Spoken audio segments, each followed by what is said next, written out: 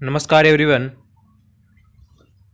एजी chemistry bye Sanjay sir में आपका स्वागत है। आज हम बात करेंगे जैविक सुधार के बारे में। अभी तक हमने पढ़ा था लवणीय व क्षारीय मृदा सुधारने की भौतिक विधि हमने पढ़ ली थी और रासायनिक विधि पढ़ ली थी। अगर आपने ये दोनों वीडियो नहीं देखे हैं भौतिक और रासायनिक सुधार वाले तो डिस्क्रिप्शन में दे रखे हैं, जाके वहाँ देख लेना। आज हम बात करेंगे जैविक सुधार के बारे में कि जैविक सुधार द्वारा किस प्रकार से लवणीय व क्षारीय मृदा सुधारी जा सकती है। सबसे पहले हम ये पढ़ते हैं कि जैविक सुधार क्या है। जैविक सुधार में पेड़ पौधों की अवशेष और मृत जीवाश्म पदार्थ आदि सम्मिलित होते हैं, वो सड़दे करते हैं तो इससे अम्ल और CO2 निकलती है, जिससे लवणीय मृदा में सुधार होता है। इसे शुरू करते हैं। जैविक सुधार हेडिंग डाल लीजिए आप। जैविक सुधार तीसरा पॉइंट है, कार्बनिक पदार्थ सड़ने पर CO2 उत्पन्न करता है तथा इसके साथ में कार्बनिक अम्ल पैदा करता है।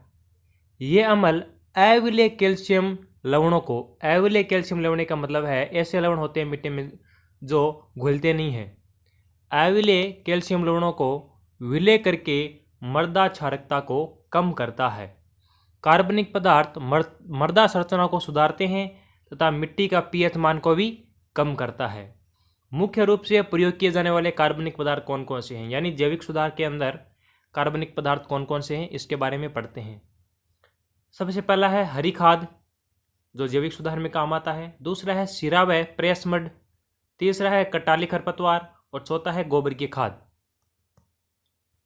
एक एक करके हम पढ़ेंगे।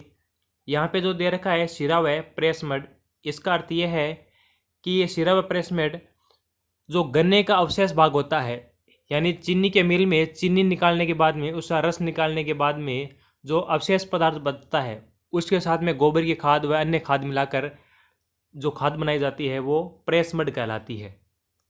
इसको आगे विस्तार से पढ़ेंगे। तो सबसे पहले हम पढ़ेंगे हरी खाद के बारे में। हरी खाद में आपको बता देता हूँ, सन्नई, ढैंचा, ग्वार, इन जैसी फसलों से हरी खाद बनती है।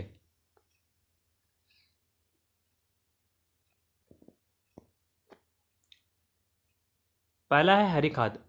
हरी खाद के सड़ने से क्षारीय मृदा उदासीन होती है तथा इसके साथ ये पौधों को पोषक तत्व भी उपलब्ध कराता है, यानी ये मृदा को उदासीन करती है। उसके साथ में पौधों को जैसे नाइट्रोजन, फास्फोरस यानी NPK, पोटास, ऐसे पोषक तत्व भी उपलब्ध करवाता है। क्षारीय मृदाओं पर ढैंचा, ग्वार, सनई जैसी हरी खाद को आसानी से उगाया जा सकता है, यानी ढैंचा, ग्वार, सनई ये जो फसलें होती है ये फसलें क्षारीय मृदा पर उगाई जा सकती है और ये उगने के बाद में फलियां बनने से पहले इसको मिट्टी में दबा देते हैं, जिससे क्या होता ये मिट्टी में मिल जाएगी और ये मृदा में उपस्थित क्षारीय लवणता को कम करती है। ये सूखा भी सहन कर सकती है ये फसलें। ढैंचा के कोशिका रस का pH मान 4.0 होता है, यानी अम्लीय होता है, जो मृदा उदासीन करने में सहायक है। इसके अलावा 125 से 225 क्विंटल प्रति हेक्टेयर धान का पुलाव भी क्षारीय मृदा को सुधार में काम आता है। यानी ढैंचा, ग्वार, सनई के अलावा जो धान का पुआल होता है, धान का पुआल भी क्षारीय मृदा को कम करने में काम आता है। पहला है हरी खाद।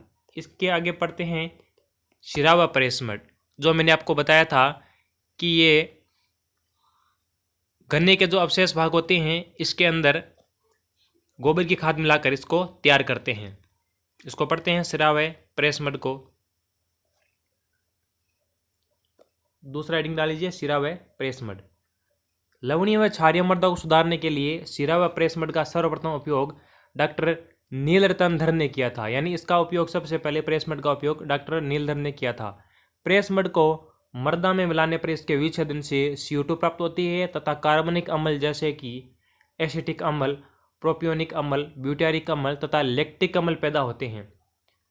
CO2 जल में घुलकर H2CO3 बनाती है जो क्षारों को उदासीन करती है। इसका संगठन निम्न प्रकार से है, यानी इसके उपयोग से ये CO2 देता है, इसके अलावा बहुत सारे कार्बनिक अम्ल भी देता है, जैसे एसिटिक अम्ल, ब्यूटारिक अम्ल, लैक्टिक अम्ल, जो ऐसे अम्ल ये क्या करते हैं, मृदा की क्षारीयता को कम करते हैं।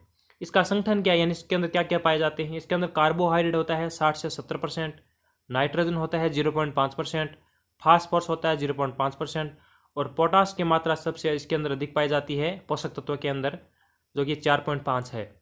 और इसके अंदर सल्फ्यूरिक अम्ल यानी एस्टोसल्फर की मात्रा भी पाई जाती है 0.5%।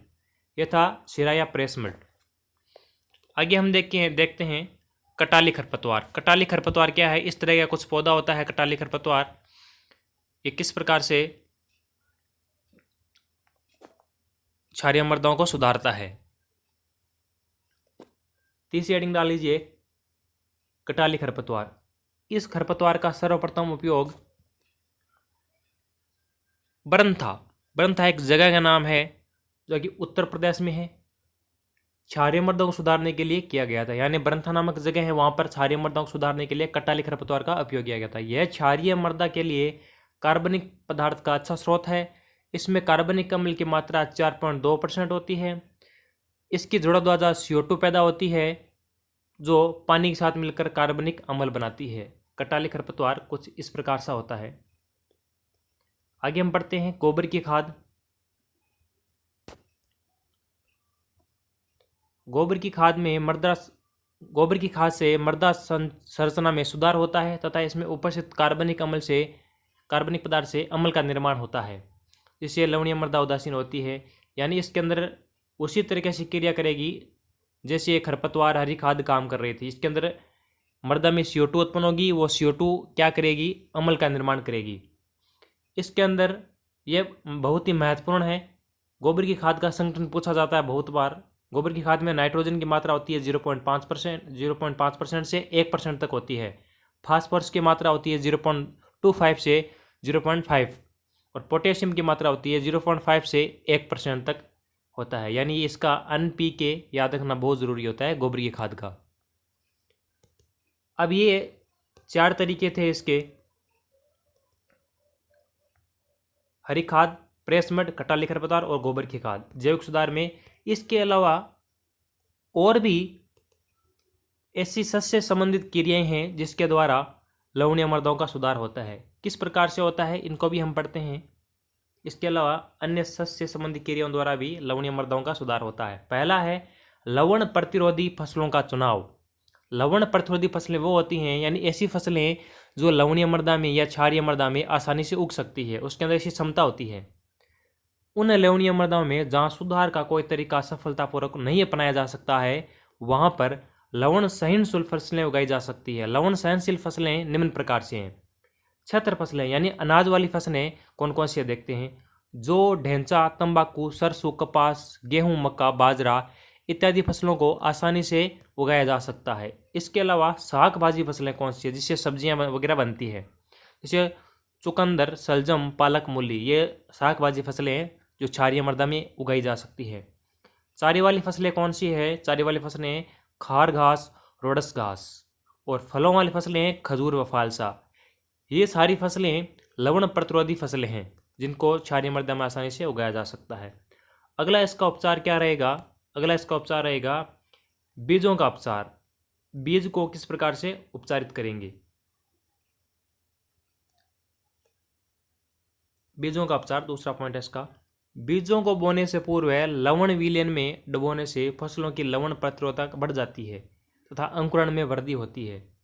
जैसे एक एग्जाम्पल के माध्यम से समझते हैं, जैसे धान के बीजों को अगर 0.1% लवण विलयन में डुबोने से इसकी प्रतिरोधकता बढ़ती है और वो मृदा में 0.35% लवण सांद्रता तक सहन कर सकते हैं। यानी इन बीजों को बोने से पहले हम क्या कर सकते हैं, लवण के विलयन में इनको डुबो कर निकालते हैं, सुखाते हैं, उसके बाद इसको बोते हैं। अब यहाँ पर एक एग्जाम्पल दे रखा है कि अगर धान के बीजों को 0.1% लवण विलयन में डुबोते हैं और हम बोते हैं तो मृदा में इसका 0.35% तक क्या होता है वो सहन कर सकते हैं। ये सिर्फ 0.1 बताया गया है, अगर इसकी मात्रा ज़्यादा करते हैं तो मृदा में सहने की क्षमता भी ज़्यादा हो जाती है। अगला पढ़ेंगे हम लवण मृदा पर फसल चक्र। फसल चक्र के माध्यम से भी हम क्या कर सकते हैं, आसानी से लवणीय मृदाओं का प्रभाव कम कर सकते हैं।